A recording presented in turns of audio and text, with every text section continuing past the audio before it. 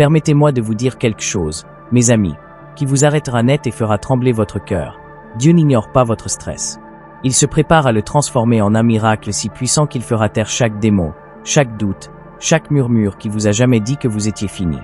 Avez-vous déjà été si submergé par la pression, par la peur, par ce poids invisible qui vous oppresse la poitrine à 3 heures du matin, au point de vous demander si Dieu avait oublié votre nom? Vous êtes-vous assis seul, les larmes coulant sur votre visage, votre téléphone silencieux, vos prières sans réponse, votre âme brisée, demandant à Dieu: où es-tu? Je veux parler directement à cet endroit en vous, à la tempête que personne ne voit, car, mon ami, là, dans le chaos, dans les pleurs, dans les morceaux brisés de votre stress, Dieu est à l'œuvre. Il prépare un renversement divin. Ce qui ressemble à la fin est sur le point de devenir le tremplin de votre plus grand témoignage. Vous n'êtes pas attaqué parce que vous êtes faible. Vous êtes attaqué parce que vous êtes choisi pour un miracle. Oh, écoutez-moi avec votre esprit maintenant. La Bible n'élude pas le stress. Le jardin de Gethsémane n'était pas une promenade paisible dans un parc. C'était du sang, de la sueur, de l'agonie. Jésus, le Fils du Dieu vivant, était si angoissé que sa sueur devint comme de grandes gouttes de sang tombant sur le sol. Luc 22h44. Comprenez-vous cela? Le Sauveur lui-même a affronté un stress si intense, si bouleversant pour l'âme, que la nature elle-même a réagi à son tourment intérieur. Alors, si vous plairez, si vous êtes fatigué, si vous sentez que votre santé mentale ne tient qu'à un fil, vous n'êtes pas faible. Vous êtes en bonne compagnie. Vous êtes dans le sol des miracles. Permettez-moi de déclarer ceci sur votre vie.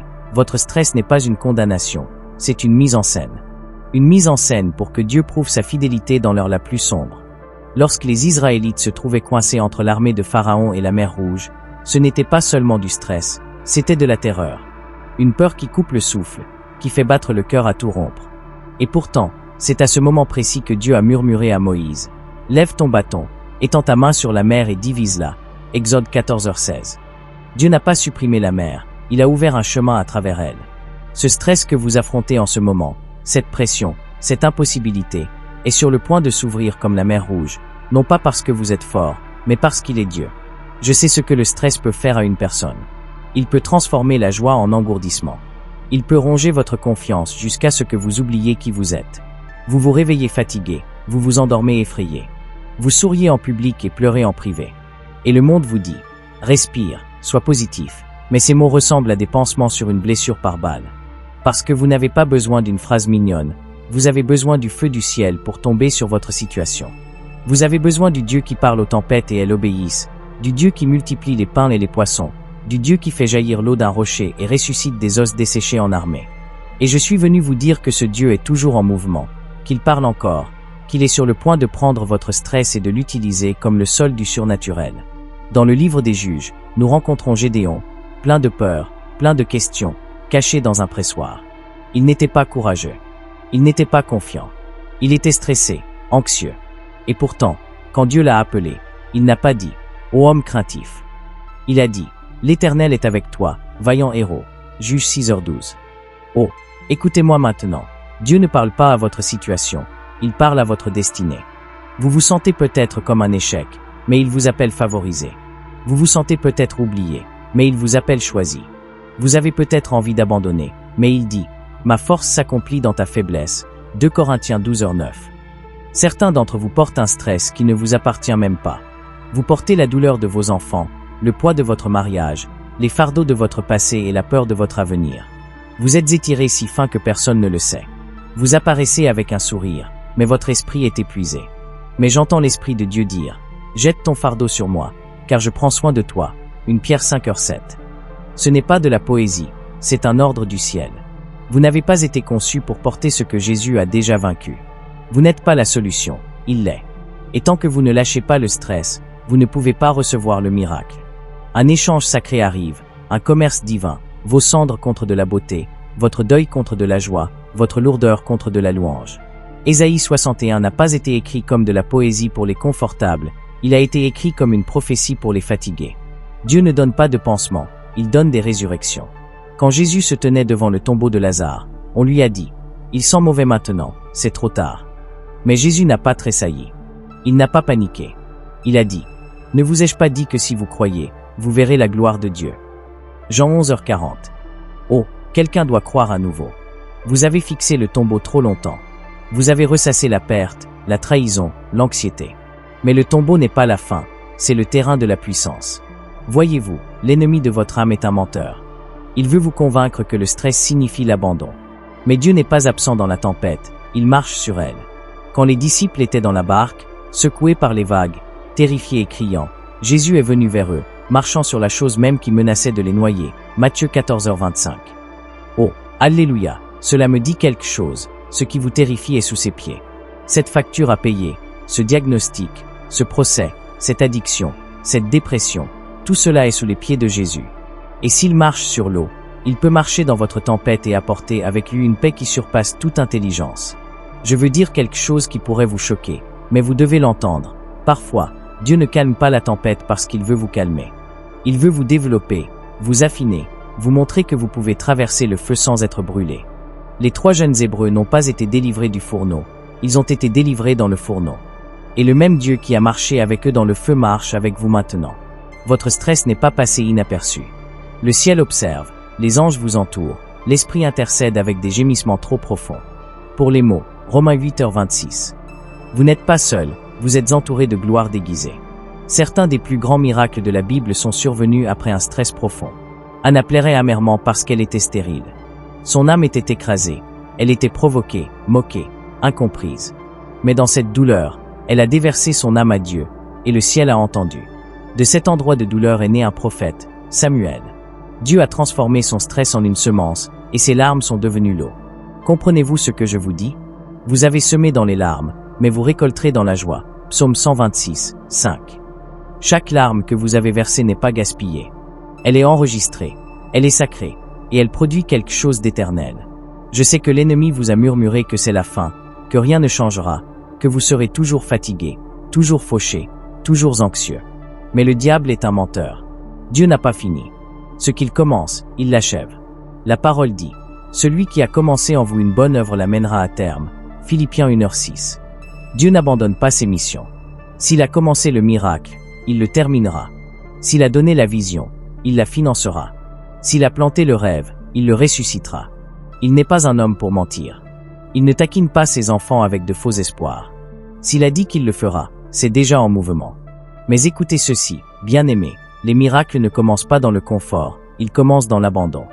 Vous devez arriver à la fin de vous-même avant que Dieu ne révèle le commencement de lui. Jésus n'a pas accompli de miracle pour impressionner les gens, il l'a fait pour révéler le royaume. Et ce royaume vient quand vous déposez votre stress, votre peur, votre contrôle à ses pieds. Arrêtez d'essayer de gérer la tempête et commencez à faire confiance à celui qui a créé le vent.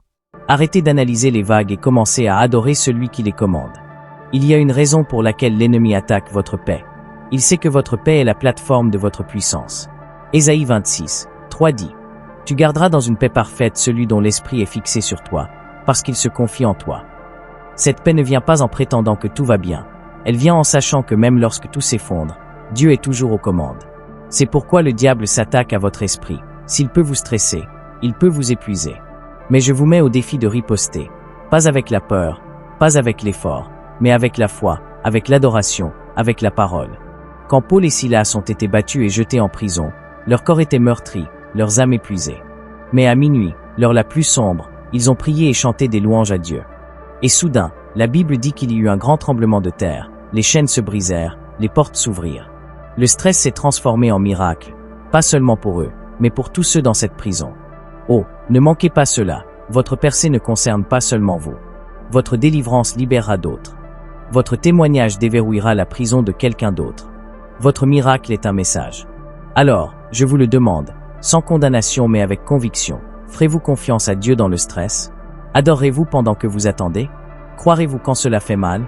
Parce que si vous pouvez louer dans l'obscurité, vous êtes sur le point d'entrer dans un miracle qui ébranlera les fondations. Vous êtes sur le point de voir Dieu déployer sa gloire d'une manière qui laissera les gens sans voix. Vous êtes sur le point de sortir de cette tempête, non pas seulement en survivant, mais en brillant.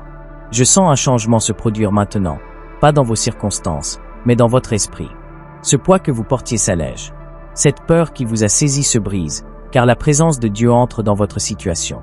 Pas demain, pas un jour, maintenant.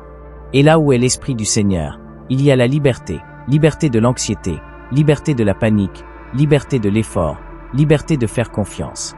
Alors, tenez-vous immobile, Tenez-vous ferme, et voyez le salut de l'Éternel. Cette bataille n'est pas la vôtre, elle est à Dieu. 2 Chroniques 20h17. Le stress qui était censé vous détruire est sur le point de révéler la main de Dieu. La chose même qui était censée vous briser est sur le point de vous bénir. Votre stress est en train de se transformer, l'atmosphère change, et le miracle est en route. Et, bien-aimés, laissez-moi vous dire, quand vous traversez la vallée du stress, l'anxiété serrant votre poitrine comme un étau, vos pensées tourbillonnant comme un ouragan dans votre esprit, cela ne signifie pas que Dieu vous a abandonné. Non, cela signifie que vous marchez vers quelque chose de surnaturel. Cela signifie que vous êtes au bord d'un miracle si puissant, si divin, que l'ennemi est terrifié par ce qui est sur le point de naître de votre brisure. Écoutez-moi maintenant, le diable ne combat pas les vases vides. Il combat ceux qui portent une destinée.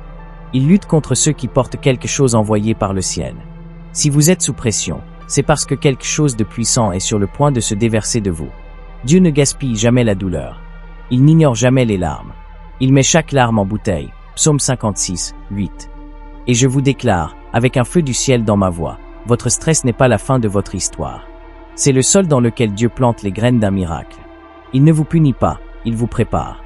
Quand la pression augmente, quand les nuits s'assombrissent, quand votre âme tremble sous le poids de ce que vous portez, c'est parce que le ciel se prépare à déchirer les nuages et à faire pleuvoir une faveur qui n'a pas de sens. Dieu ne construit pas les miracles sur les sommets du confort, il les construit dans les vallées de la brisure, dans les grottes du désespoir, dans les tempêtes de l'incertitude. Certains d'entre vous ont pleuré en silence. Vous vous êtes agenouillés près de votre lit, les lèvres tremblantes, murmurant des prières que personne d'autre n'a entendues.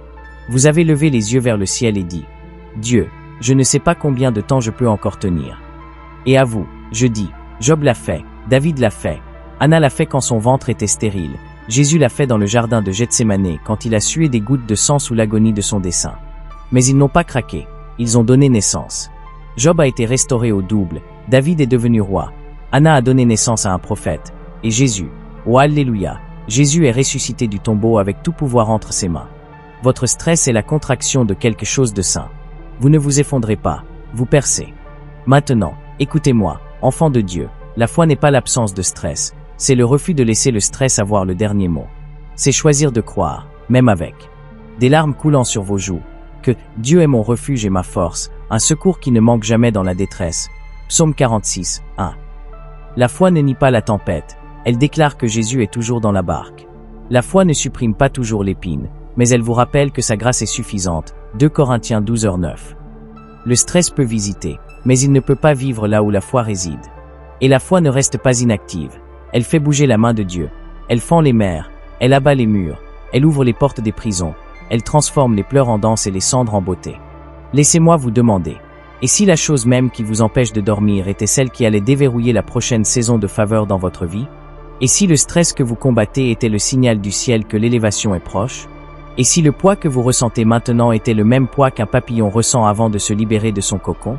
Voyez-vous, la pression transforme le charbon en diamant, le feu purifie l'or, et les épreuves affinent l'âme. Alors, ne méprisez pas le feu, ne maudissez pas la tempête, n'abandonnez pas dans le stress, car le Dieu qui calme les mers est aussi le Dieu qui marche sur l'eau, et il vient directement vers vous. Souvenez-vous de la femme à l'écoulement de sang. Elle était stressée. 12 longues années, elle avait dépensé tout ce qu'elle avait, aucun médecin ne pouvait l'aider, la société la rejetait, elle était isolée, saignante, désespérée. Mais un jour, elle s'est frayé un chemin à travers la foule, à travers les jugements, à travers la douleur. Elle a tendu la main pour toucher le bord de son vêtement, et à cet instant, son stress a rencontré son miracle. Son agonie a rencontré une guérison divine. Au moment où elle l'a touché, Jésus s'est arrêté et a dit « Qui m'a touché ?» C'est la puissance de la foi désespérée. Elle attire l'attention du ciel, elle arrête la divinité sur son chemin. Et je déclare maintenant, si vous traversez votre douleur, si vous traversez votre stress et tendez la main vers Jésus avec tout ce que vous avez, il transformera votre sainement en bénédiction.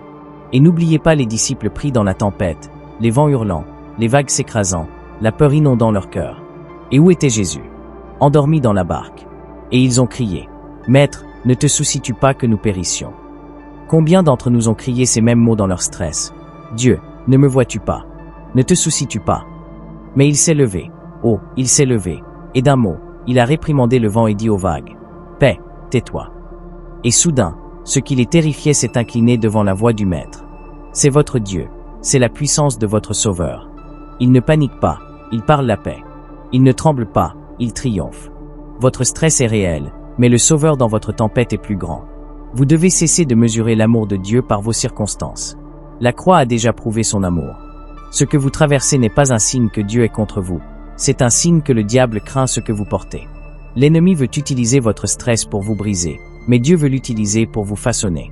Et quand Dieu interviendra dans cette situation, quand il lèvera sa main puissante, la chose même qui vous écrasait deviendra le témoignage qui vous couronnera.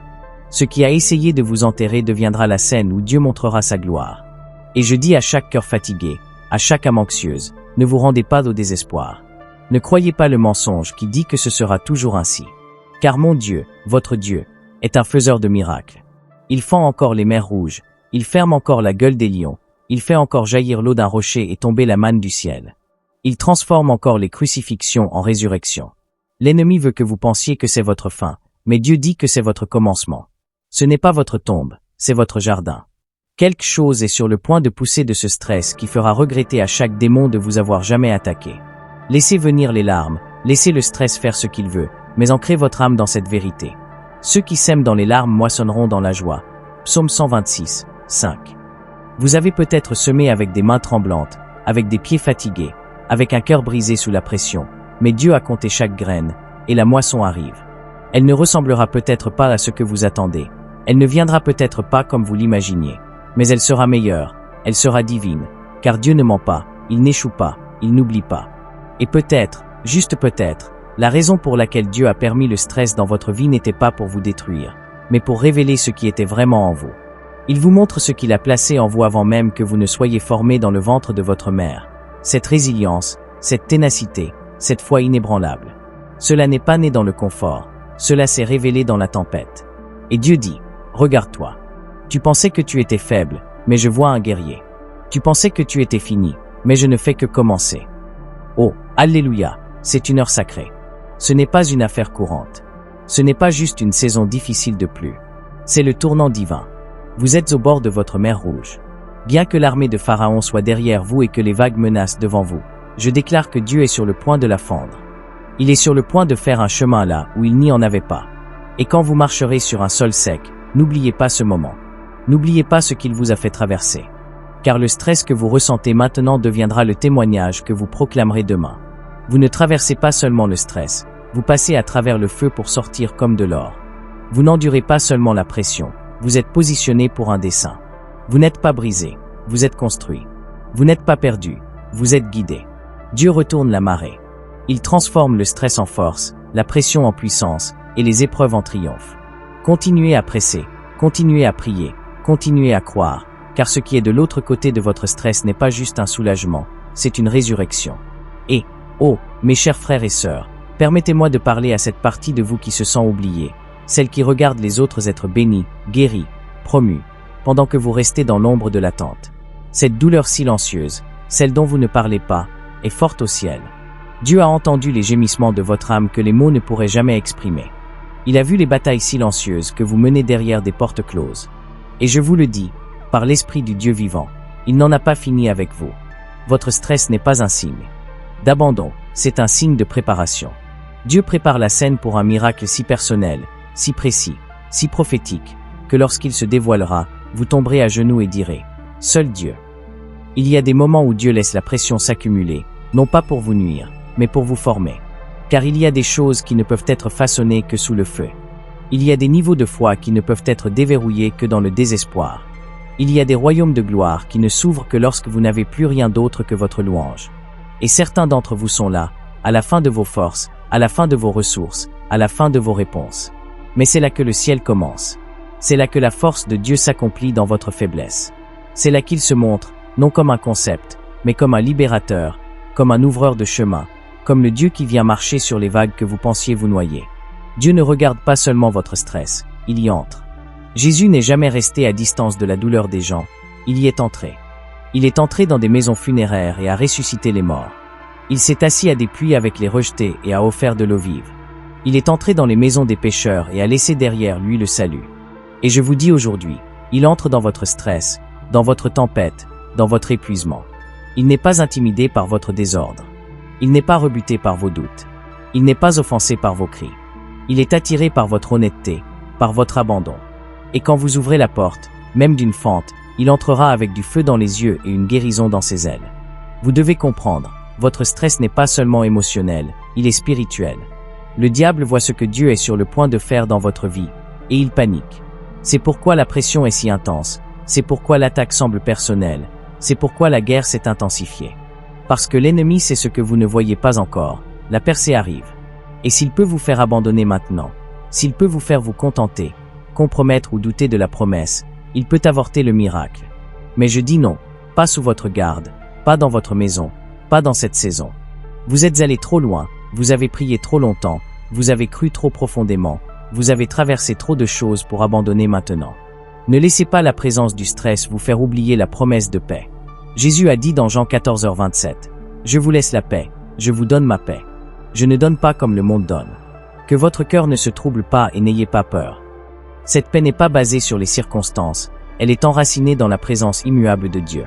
C'est une paix qui peut regarder le cancer en face et croire encore en la guérison. Une paix qui peut regarder un compte bancaire vide et encore donner la dîme dans la foi. Une paix qui traverse le divorce, la trahison, la déception, et lève encore les mains en disant « Même s'il me tue, je me confierai encore en lui. » Vous n'allez pas perdre la tête. Vous n'allez pas être consumé. Vous n'allez pas sombrer. Vous allez traverser cela. Ésaïe 43, 2 le déclare avec audace. « Quand tu traverseras les eaux, je serai avec toi, et les fleuves, ils ne te submergeront pas. Quand tu marcheras dans le feu, tu ne seras pas brûlé, et la flamme ne te consumera pas. » Vous vous sentez peut-être entouré, mais vous n'êtes pas abandonné. Le stress est réel, mais votre Sauveur est plus grand.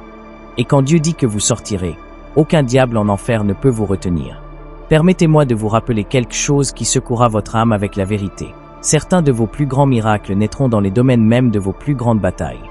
L'endroit où vous êtes le plus attaqué est l'endroit où Dieu est sur le point de vous oindre le plus. L'ennemi ne garde pas les coffres vides, il n'attaque que ce qui a de la valeur. Alors, s'il a attaqué votre esprit, c'est parce qu'une paix arrive qui libérera d'autres. S'il a attaqué vos finances, c'est parce que vous êtes appelés à financer le royaume. S'il a attaqué votre identité, c'est parce que vous êtes sur le point de découvrir votre dessein divin. La tempête est la preuve de la mission. Ce n'est pas le moment de reculer. Ce n'est pas le moment de jouer petit. Ce n'est pas le moment de laisser le stress définir vos décisions. C'est le moment de lever les yeux et de voir ce que l'ennemi ne veut pas que vous voyez. Dieu écrit encore votre histoire, et il ne termine jamais sur un chapitre appelé défaite. Il transforme votre stress en huile sacrée. Il transforme votre panique en louange. Il prend chaque nuit sans sommeil, chaque souffle lourd, et il les tisse dans un chef-d'œuvre divin. Il y a quelqu'un qui regarde en ce moment, sentant que sa vie est devenue un fouillis de fragments, des rêves brisés, une confiance fracassée, des espoirs retardés. Mais permettez-moi de parler dans ce chaos. Dieu se spécialise dans les fragments. Quand Jésus a nourri les 5000, il restait des restes, 12 paniers pleins de fragments. Et il a dit aux disciples, rassemblez-les. Pourquoi? Parce que même les restes comptent pour Dieu. Même les parties que vous pensiez gaspiller, les années où vous avez pleuré, les relations qui ont échoué, l'énergie dépensée dans le stress, ce ne sont pas des déchets, c'est de la grâce. Dieu prendra vos fragments et les transformera en carburant pour votre prochain miracle. Vous pensiez que c'était fini, mais le ciel dit, je ne fais que commencer. Vous pensiez que le stress vous tuerait, mais Dieu est sur le point de l'utiliser pour vous oindre. Vous pensiez avoir manqué votre moment, mais Dieu est hors du temps. Il rachète, il restaure, il ravive, il renouvelle. Et maintenant, il tend la main dans vos circonstances avec la même main qui a lancé les étoiles dans le ciel et formé l'homme de la poussière. Et il dit, regarde ce que je vais faire avec ton stress. Que la foi s'élève dans votre poitrine comme un feu.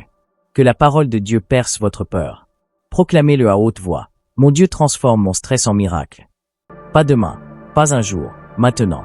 Car la foi est toujours maintenant. La foi n'attend pas que les circonstances changent, elle leur ordonne de changer.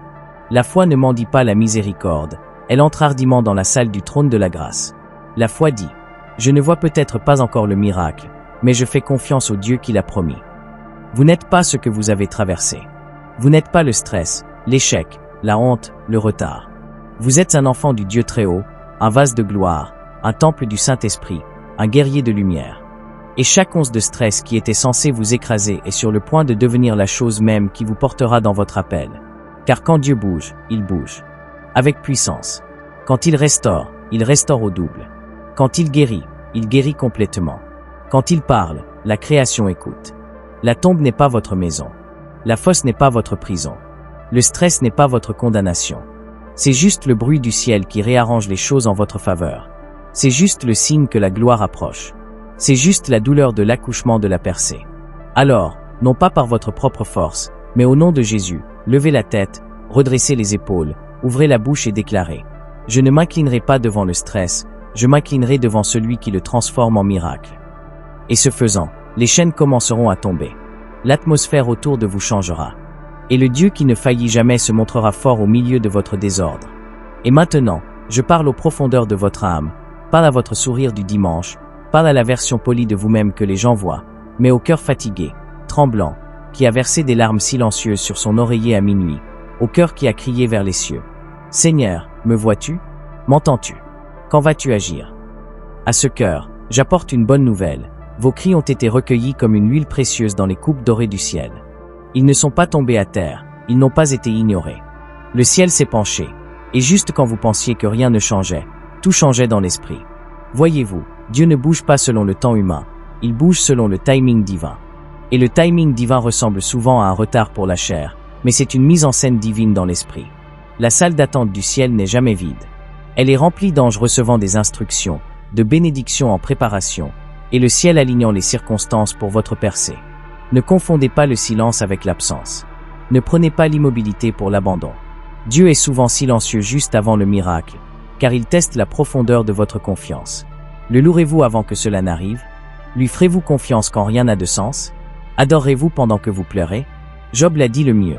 Il connaît la voie que je prends, et quand il m'aura éprouvé, je sortirai comme de l'or. Job 23h10. Il y a de l'or dans votre stress. Il y a un trésor dans la pression. Dieu vous affine, il sépare les scories, brûle ce qui ne peut rester, et vous prépare pour un poids de gloire que vous n'auriez pas pu porter dans votre ancienne forme. Et je prophétise maintenant, il y a une version de vous qui sortira de ce stress, de ce feu, de cette tempête, qui portera une autorité, une humilité, une puissance qui n'est née que par l'affliction.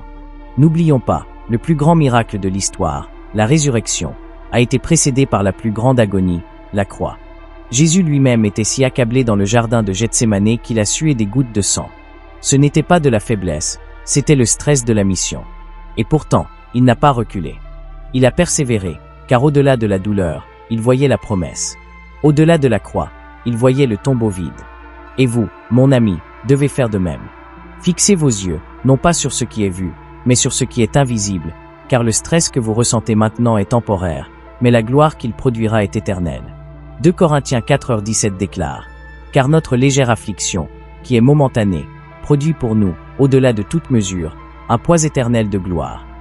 Avez-vous saisi cela? Elle produit pour nous. Cela signifie que votre stress n'est pas votre ennemi, il est votre serviteur. Il travaille pour vous. Le diable pensait qu'il vous détruirait, mais Dieu a retourné le scénario, et maintenant il vous construit. Il vous apprend à prier avec feu, à marcher par la foi et non par la vue, à vous dépouiller de votre dépendance envers les gens pour vous appuyer pleinement sur Dieu. Ce n'est pas la fin, c'est une préparation sainte. Votre stress peut ressembler à un fardeau, mais entre les mains de Dieu, il devient un pont. Un pont entre ce qui était et ce qui sera, entre l'effondrement et la percée, entre le tourment et la transformation. Mais voici la clé, vous devez le traverser avec la foi. Vous ne pouvez pas le fuir, l'engourdir, le nier. Vous devez rencontrer Dieu dans ce stress, car il ne nous sauve pas toujours du feu. Parfois il nous rejoint dans le feu, comme il l'a fait avec Shadrach, Meshach et Abednego. Et quand il entre dans les flammes, non seulement vous survivez, mais vous sortez sans même sentir la fumée. Vous avez peut-être l'impression que votre vie se défait, mais si Dieu était simplement en train de vous démêler des choses qui n'ont jamais fait partie de sa volonté? Parfois, nous nous accrochons si fort à ce qui est familier, emploi, relations, routine, même quand ces choses étouffent notre esprit. Alors, Dieu, dans sa miséricorde, permet au stress de nous pousser hors du confort et dans l'appel. Il l'utilise comme un levier divin, nous détachant des attachements qui sont en dessous de la destinée qu'il a écrite pour nous. Mais vous devez choisir maintenant comment vous interprétez votre stress. Le verrez-vous comme une punition ou une préparation? Comme une malédiction ou un appel? Car la façon dont vous le voyez déterminera ce que vous en recevrez. Si vous le voyez à travers le prisme de la peur, vous reculerez. Mais si vous le voyez à travers le prisme de la foi, vous vous lèverez. Si vous le voyez avec des yeux charnels, vous murmurez. Mais si vous le voyez avec des yeux spirituels, vous adorerez. Écoutez-moi, Dieu ne gaspille pas la douleur. Il met vos larmes en bouteille. Il enregistre vos prières. Il entend chaque « aide-moi » murmurer. Et pendant que l'homme ne voit peut-être pas ce que vous avez enduré, le ciel a gardé les reçus. Vous avez une revendication divine sur la délivrance. Votre stress est sur le point d'être racheté. Votre deuil sera transformé en danse, votre sac en vêtements de louange, car vous servez le Dieu qui ne se contente pas de compatir, il sauve. Le Dieu qui ne se contente pas de réconforter, il change les choses. Il transforme les tombes en jardins, les cendres en beauté, et oui, le stress en miracle. Et ce n'est pas seulement pour vous. Ce que Dieu fait dans votre vie débordera. Votre témoignage déverrouillera la foi chez les autres. Votre percée donnera naissance à un réveil dans votre famille. Votre miracle sera le signe que Dieu est toujours en mouvement. Les gens qui vous ont vu pleurer vous verront bientôt danser. Les gens qui vous ont mis de côté devront recompter. Les gens qui ont murmuré sur votre chute devront être témoins de votre élévation. Et quand ils demanderont « Comment as-tu fait ?», vous pointerez le ciel et direz « C'était la main de mon Dieu ». Je sens cela fort dans mon esprit. Il y a des miracles attachés à votre nom que le stress a essayé de vous voler. Mais Dieu a dit « Non ». Il les a scellés avec sa promesse, et celui qui a promis est fidèle. Vous n'avez pas besoin de comprendre comment cela arrivera, vous devez juste croire que cela arrivera. Jésus a dit dans Marc 11h24, « C'est pourquoi je vous dis, tout ce que vous demandez en priant, croyez que vous l'avez reçu, et cela vous sera accordé. » Ce n'est pas une question de possibilité, c'est une question de croyance. Oserez-vous croire que Dieu est toujours un Dieu faiseur de miracles? C'est la saison où votre foi doit parler plus fort que vos sentiments, où votre louange doit rugir plus fort que votre douleur, où votre confiance doit être enracinée plus profondément que votre stress. Et quand vous faites cela, quand vous continuez à vous présenter, à croire, à adorer, même dans l'obscurité, quelque chose commence à changer dans l'atmosphère. Les anges sont libérés, les forteresses commencent à craquer, et les cieux commencent à répondre, non pas à cause de votre perfection, mais à cause de votre foi persistante. L'heure est tardive, mais la promesse est proche. Les larmes ont peut-être été nombreuses, mais la joie est sur le point de déborder. Vous avez semé dans la douleur, mais vous êtes sur le point de récolter dans la gloire. Et quand cela arrivera, quand le miracle se dévoilera, vous saurez au plus profond de votre esprit que ce n'était jamais votre propre force qui vous a fait traverser. C'était le Dieu qui siège en haut et regarde en bas, celui qui marche dans la vallée et parle sur les sommets, celui qui ne dort jamais, ne sommeille jamais, n'abandonne jamais. Alors, ne quittez pas. Ne reculez pas. Ne lâchez pas l'espoir. Le stress est réel, mais le miracle est plus réel, et il arrive plus tôt que vous ne le pensez, plus grand que vous ne l'imaginez, et plus lourd de gloire que vous ne pouvez le porter seul. Préparez-vous, car quand Dieu finira ce qu'il a commencé, tout le ciel criera, et vous serez au milieu de votre miracle, disant « C'est l'œuvre du Seigneur, et c'est merveilleux à nos yeux. » Et maintenant, je parle à la partie la plus profonde de vous, à l'endroit sacré où se cachent vos questions, où vos blessures saignent en silence, où votre âme lutte dans l'obscurité. À cet endroit, je déclare, le Seigneur est proche.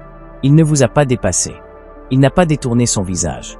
Même quand vous ne pouviez pas le sentir, même quand la douleur criait plus fort que votre louange, il était là. Le même Dieu qui a fendu la mer, qui a nourri les 5000, qui a marché sur l'eau et brisé les tombeaux. Ce Dieu se tient au-dessus de votre vie en ce moment, insufflant dans votre situation, parlant la paix dans votre tempête, et déclarant « Voici, je fais toutes choses nouvelles. » Apocalypse 21h5. Que la peur s'efface, que la honte se brise, que les chaînes que vous avez portées pendant des années soient fracassées au nom de Jésus. Vous n'êtes pas oublié. Vous n'êtes pas abandonné. Vous n'êtes pas un échec. Vous êtes un enfant du Dieu très haut, acheté par le sang, rempli de l'esprit, soutenu par le ciel. Vous êtes né pour ce moment, non pas pour vous effondrer sous le stress, mais pour vous élever à travers lui, non pas pour être défini par la douleur, mais pour être affiné par elle, non pas pour vous noyer dans le désespoir, mais pour marcher sur les vagues, les yeux fixés sur le Sauveur qui dit encore « Viens ». Et si votre plus grand stress était le sol même dans lequel votre plus grand miracle va pousser? Et si la chose même que l'ennemi destinait au mal était l'arme que Dieu utilise pour vous rendre inébranlable, incassable, imparable? Vous avez demandé à Dieu de l'enlever, mais peut-être, juste peut-être, il l'utilise pour vous élever plus haut, pour approfondir vos racines, pour augmenter votre huile, pour étirer votre capacité, afin que lorsque le miracle arrivera, vous ne le receviez pas seulement, vous le portiez avec honneur. C'est le moment de tomber à genoux, non pas dans la défaite, mais dans l'abandon. Abandonnez la chronologie, abandonnez le contrôle, abandonnez la pression, et laissez l'Esprit du Dieu vivant prendre sa place légitime sur le trône de votre cœur. Car quand il règne en vous, aucune tempête ne peut vous ruiner. Quand il vous guide, aucun ennemi ne peut vous arrêter. Quand il vous parle, aucun mensonge du diable ne peut vous définir. Choisissez ce jour de croire à nouveau, de faire confiance à nouveau, de rêver à nouveau. Que votre âme crie comme David dans Psaume 27, 13. J'aurais perdu courage, si je n'avais cru que je verrais les bontés de l'Éternel dans la terre des vivants. Oui, vous verrez sa bonté, non seulement dans l'éternité, mais dans votre vie, non seulement au ciel, mais dans votre maison, non seulement chez les autres, mais en vous. Alors, levez-vous, bien-aimés. Séchez vos larmes, levez les mains, et avancez, non pas dans votre force, mais dans la sienne. Car le même Dieu qui a permis le stress est le Dieu qui le transforme en un miracle qui vous changera à jamais. Et quand les pages de votre histoire seront lues à haute voix dans l'éternité, on dira de vous, voici celui qui a fait confiance à Dieu dans le feu et a vu le ciel s'ouvrir grand au milieu de la tempête. Que cette vérité pénètre profondément. Qu'elle éveille quelque chose de sain en vous. Car le temps de la foi timide est révolu, le temps de la croyance tiède est fini. Dieu vous appelle à un abandon total, à une foi audacieuse, et à une vie si ancrée en lui qu'aucune pression ne peut ébranler votre dessein. Le miracle est proche, mais plus encore, le faiseur de miracles est là. Il est là, et il attend que vous croyiez.